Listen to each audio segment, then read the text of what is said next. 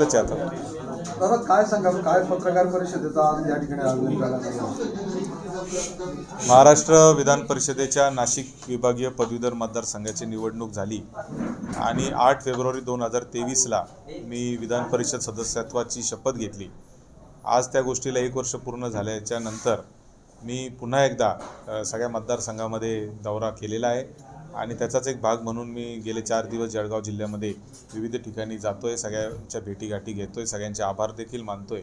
तसा माझा आभार दौरा पूर्वीच झालेला आहे, परंतु आता मी पुन्हा एकदा काय केलं पाहिजे, काय नाही केलं पाहिजे, 1 वर्षात मी काय करू शकलो, काय नाही याचा लेखाजोखा लोकांच्या समोर मांडण्याचा प्रयत्न करतोय. काय केलंय आपण या वर्षभरामध्ये ठळक काम म्हणजे सांगता येतील आपल्याला? ठळक कामं जळगाव जिल्ह्याच्याच जर दृष्टीने सांगायचे झाले तर आणि ते राज्याच्याही दृष्टीने सांगायचे झाले तर पहिलं तर इनोव्हेशन नावाची एक योजना मी चालू केली, youth information and innovation centre, ज्याच्या माध्यमातून वाचनालय, अभ्यासिका, स्टडी सेंटर तयार करण्याचं काम उत्तर महाराष्ट्रात मोठ्या प्रमाणावर चालू आहे. दुसरा मुद्दा महत्त्वाचा म्हणजे राज्यातील शिक्षकांना आणि कर्मचाऱ्यांना, सरकारी कर्मचाऱ्यांना स्वतःच्या पसंतीच्या बँक खात्यामध्ये त्यांच्या पगाराचा अकाउंट उघडता येईल असा एक मुद्दा आहे. त्याचबरोबर इंडिया बुल्सची जी जागा सिन्नर, नाशिक जिल्ह्यातील सिन्नर इथे 1500 एकर जागा इंडिया बुल्स कंपनीला जी दिली होती MIDCने, जी आज पडून आहे, ती जागा परत घ्यावी आणि तिथं उद्योगधंदे करावे, नवनवीन उद्योगांना संधी द्यावी, जेणेकरून उत्तर महाराष्ट्रातील मुलामुलींना चांगली एक संधी उपलब्ध होऊ शकते अशी मागणी मी केली, जी आता फार ॲडव्हान्स स्टेजमध्ये गेलेली आहे. असे अनेक प्रश्न आहेत, होमिओपॅथी डॉक्टरांचे असतील, वकील संघटनांचे असतील, ते सगळे प्रश्न मांडण्याचा प्रयत्न 1 वर्षात मी केलेला आहे. मुलींना 8 लाखाच्या पेक्षा ज्यांचं उत्पन्न असेल त्यांना सुद्धा सगळ्यांना मोफत शिक्षण मिळावं असं तुम्ही म्हटलेलं आहे. मुलींच्या उच्च शिक्षणासाठी पूर्वी OBC, SC, ST आणि EBC या मुलींना 50% स्कॉलरशिप होती, परंतु आता राज्य शासनाने डिक्लेअर केलं आहे की आम्ही मुलींना 100% फी माफी करणार आहे उच्च शिक्षणासाठी, डॉक्टर, इंजिनियर, वकील वगैरे जे व्हायचं असेल त्यासाठी. माझी अशी मागणी आहे की त्यासाठी जी 8 लाखाची जी अट आहे, 8 लाख उत्पन्नाची जी अट आहे ती काढून सरसकट मुलींना मोफत शिक्षण दिलं पाहिजे अशी माझी मागणी आहे.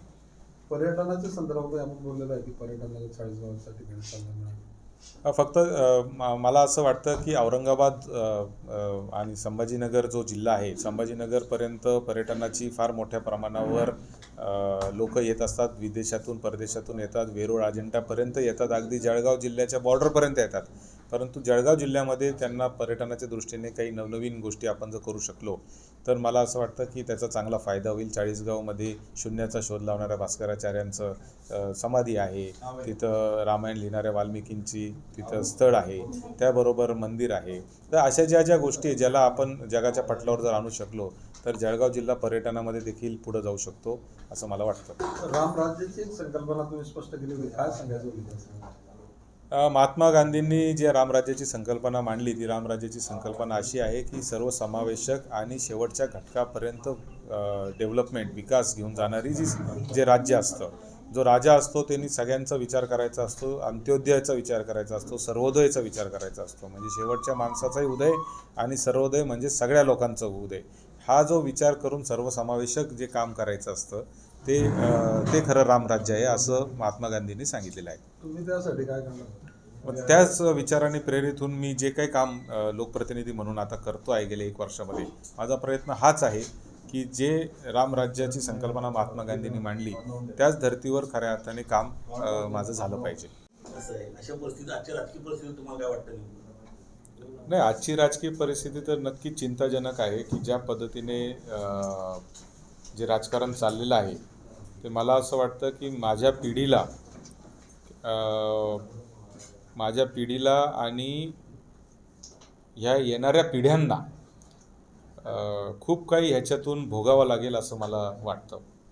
कारण लोकशाही प्रक्रियेमध्ये आपल्याला एक स्थैर्य असावं लागतं सगळ्या गोष्टींमध्ये, म्हणजे वैचारिक स्थैर्य असावं लागतं, प्रशासकीय स्थैर्य असावं लागतं. आज त्याचा सगळीकडे अभाव मला दिसतोय. नेमकं असं तुम्ही अभाव सांगताय, म्हणजे आजची राजकीय परिस्थिती तुम्ही सांगितलं की त्याच्यावर काही प्रतिक्रिया देणार नाही, पण इकडून तिथे पक्ष जे चालले इकडे नाही, त्यांनी मला प्रश्न जळगाव जिल्ह्यातले चालले, म्हणजे पक्षांतर्गत मी विषयावर नाही बोलणार, पण राजकीय परिस्थिती तर गंभीर आहेच ना. राजकीय परिस्थिती ही जे फोडाफोडी पक्ष ते चाललंय, त्याच्यावर चिन्ह इकडचे पक्ष तिकडे किंवा विरोधी पक्ष त्यांच्यावर वारंवार आरोप होतात भ्रष्टाचाराचे, ते सत्ताधारी सोबत बसतात.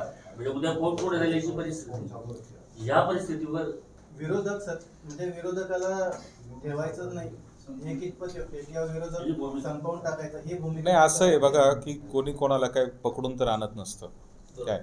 शेवटी हे जे असतात बाकीच्या गोष्टी आपण म्हणतो की ह्याच्यामुळं झालं असेल, त्याच्यामुळं झालं असेल, ह्यामुळं हा इकडं गेला असेल, त्यामुळं तिकडं गेला असेल. मला असं वाटतं की तर्क वितर्क असतात आपले, आपण त्याचा विचार करतो त्या पद्धतीने ते येत असतात.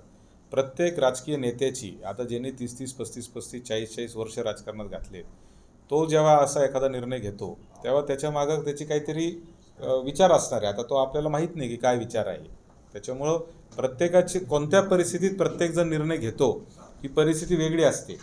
आणि म्हणून सगळ्याच परिस्थिती काय संधी साधू असतात किंवा सगळ्याच परिस्थिती चुकीच्या असतात असंही मानण्याचं कारण नाही, किंवा सगळ्याच परिस्थिती काय विकासासाठी खरंच देशाच्या भल्यासाठी होतात असंही मानण्याचं काही कारण नाही. त्याच्यामुळं मला असं वाटतं की प्रत्येक केस टू केस बेसिसवर हे निर्णय होत असतात. परंतु हे झालं एक छोटंसं पिक्चर, पण जे लार्जर पिक्चर जे मी बघतोय की ज्याच्यामध्ये हे जे चाललंय, आणि हे फक्त महाराष्ट्रात चाललंय असं नाही, देशातल्या अनेक राज्यांमध्ये चाललेलं आहे.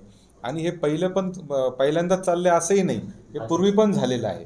म्हणजे महाराष्ट्राच्या इतिहासामध्ये अशी अनेक उदाहरणं पूर्वी पण झालेली आहेत.